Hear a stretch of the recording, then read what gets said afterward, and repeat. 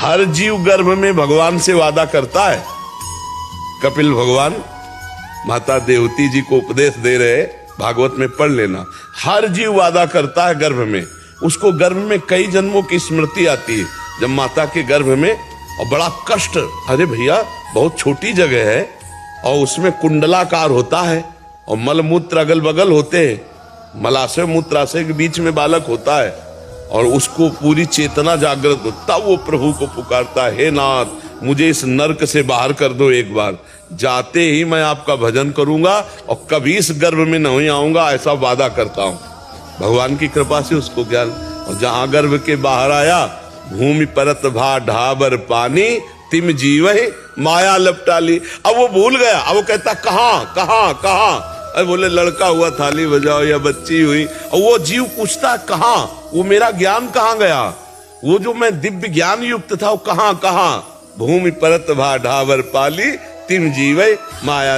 ए बच्चा, ये देखो पापा, ये देखो भैया।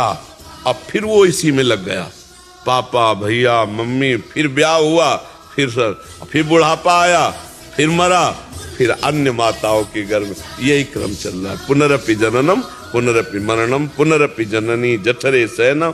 भजन करके भगवान के विरह में रोना, ये तो बहुत ऊंची बात है।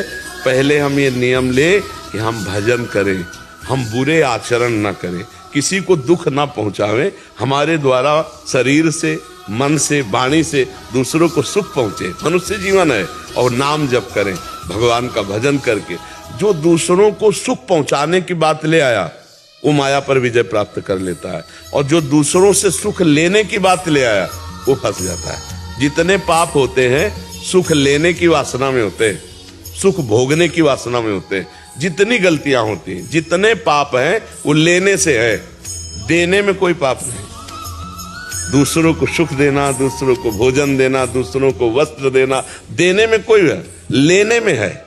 लेने में सावधान, देने में तो कोई बात नहीं। हमारा जीवन देने के लिए है, तन से, मन से, वाणी से दूसरों को हम सुख पहुंचाए, हमारे शरीर से, हमारी वाणी से, हमारे मन से किसी को पीड़ा न पहुंचे, और नाम जप करें। इससे बढ़िया जीवन क्या है।